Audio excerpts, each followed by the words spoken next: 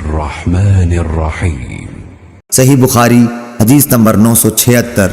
محمد بن طلحہ نے بیان کیا، ان سے زبید نے، ان سے شعبی نے، ان سے براء بن عازب رضی اللہ عنہ نے،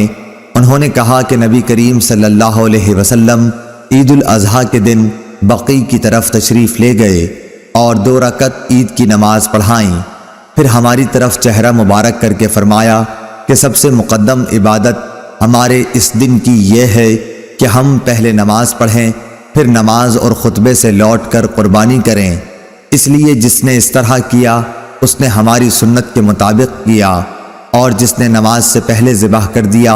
تو وہ ایسی چیز ہے جسے اس نے اپنے گھر والوں کے کھلانے کے لیے جلدی سے مہیا کر دیا ہے اور اس کا قربانی سے کوئی تعلق نہیں۔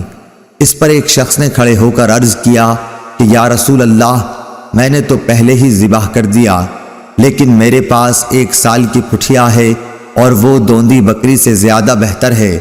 آپ صلی اللہ علیہ وسلم نے فرمایا کہ خیر، تم اسی کو ذبح کر لو، لیکن تمہارے بعد کسی کی طرف سے ایسی پٹھیا جائز نہ ہوگی۔ اللهم صل على محمد وعلى آل محمد كما صليت على إبراهيم وعلى آل إبراهيم إنك حميد مجيد اللهم بارك على محمد وعلى آل محمد كما باركت على إبراهيم وعلى آل إبراهيم إنك حميد مجيد۔